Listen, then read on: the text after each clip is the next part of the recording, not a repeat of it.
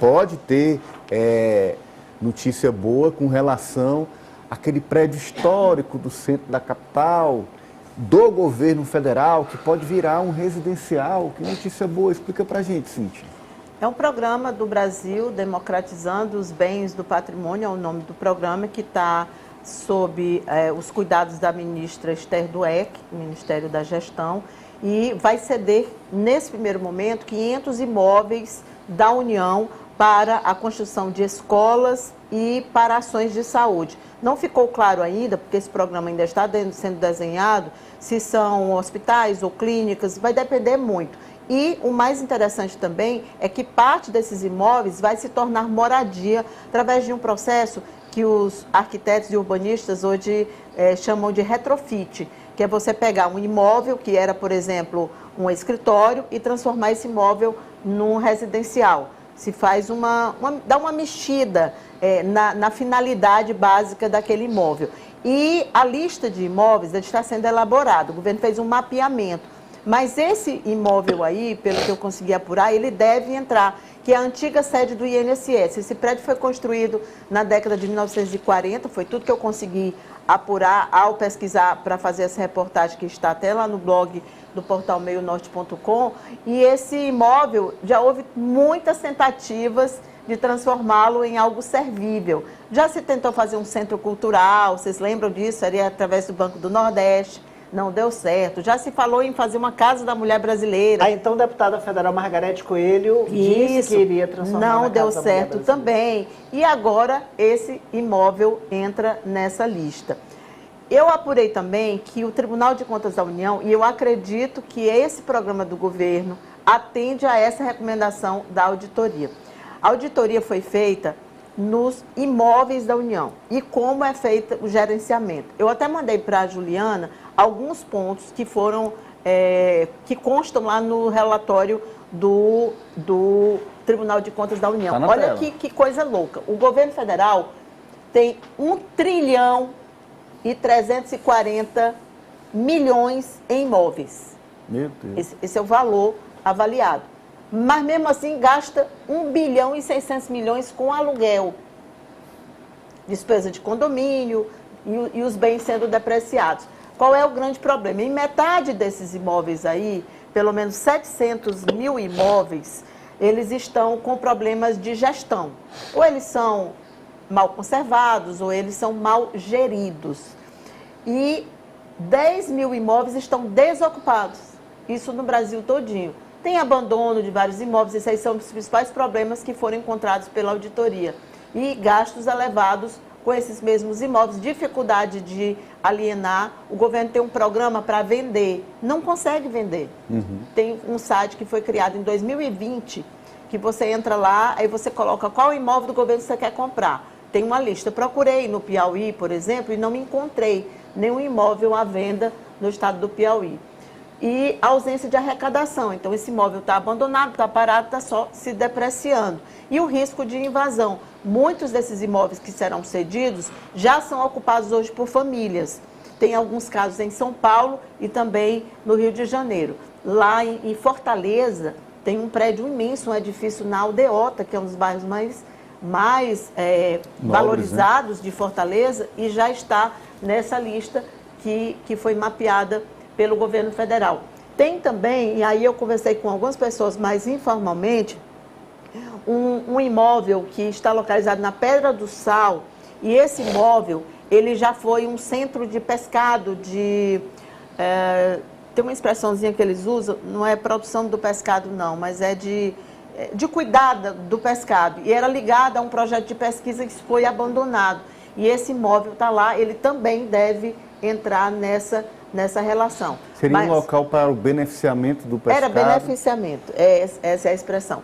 Esse imóvel também, muita gente já tentou. Eu lembro que o ex-governador Wilson Martins tentou transformar aquilo ali no centro de pesquisa, porque na época tinha aquela pesquisa do peixe-boi, ali na região do Cajueiro da Praia, mas acabou também não indo para frente. É um imóvel imenso, está localizado numa área super privilegiada, bem próximo da usina eólica que existe lá em Pedra do Sal. Eles estão de olho principalmente em imóveis que estão hoje sob a gestão de Ministério da Educação. Sim. Quer dizer, deveriam ser institutos federais de educação. Repito, a gente não tem nenhum imóvel no Piauí, nessa outra auditoria, que não está sendo usado para a educação. Sim. A gente não tem o Piauí nessa lista, tem nessa outra lista maior. Agora, Ari, encaixa dentro de uma proposta nova para o centro de Teresina, que é ocupação residencial. Através de Minha Casa Minha Vida, né? Grande parte desses imóveis. Olha, eu entrevistei o então prefeito Firmino Filho no início do último mandato dele e questionei a falta de estruturas urbanas nos bairros mais distantes aqui do miolo. Né, e ele disse, Ari, nós já pesquisamos e a solução é readensar o centro. Readensar. É trazer o povo de novo, não apenas para o centro, mas para os bairros mais tradicionais. Ele disse, não adianta ter um bairro lá dentro de Demerval Lobão, outro próximo a Altos, outro próximo à União, porque a prefeitura não vai dar conta de levar equipamento urbano para todos esses bairros. A cidade se espraiou desordenadamente.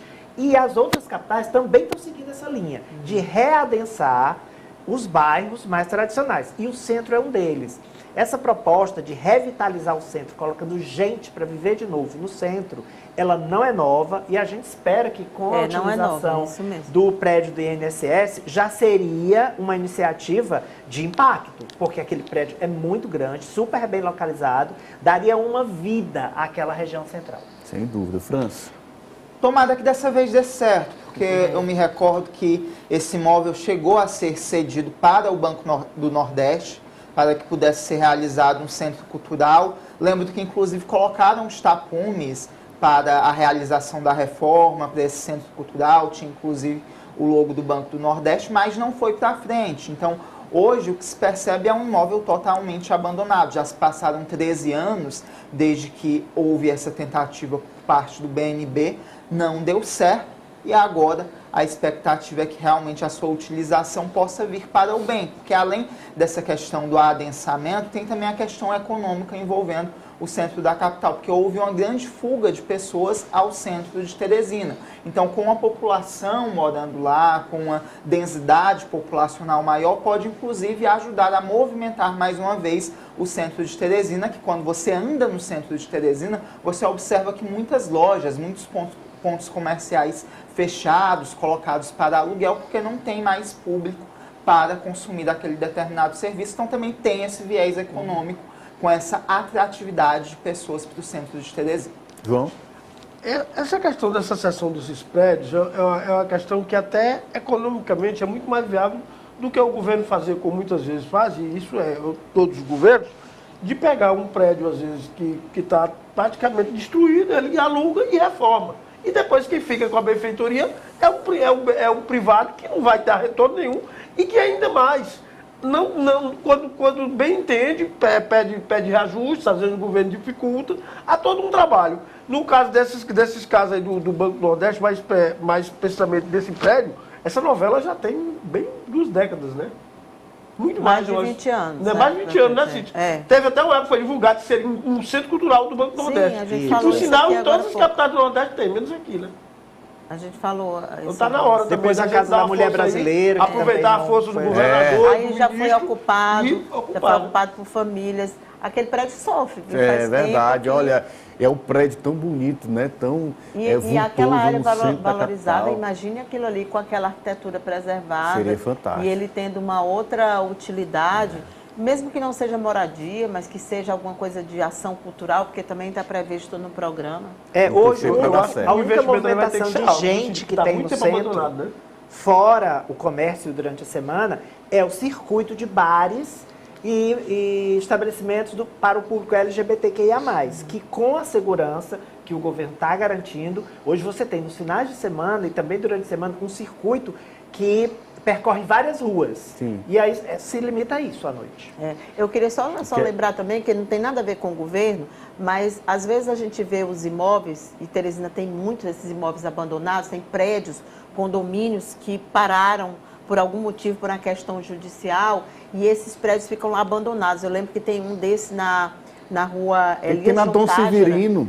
Mas era aí que eu queria chegar. Aquele prédio, eu não tinha mais esperança de vê-lo, porque aquele prédio, inclusive, a polícia teve que intervir várias vezes porque usuários de droga iam lá para o último andar do prédio e faziam... Não, o da Dom Severino. Ah, sim. Eles se Já penduravam chegando lá na Kennedy. nos últimos andares. Era uma coisa assim terrível. Ali era um clima de terror para a vizinhança.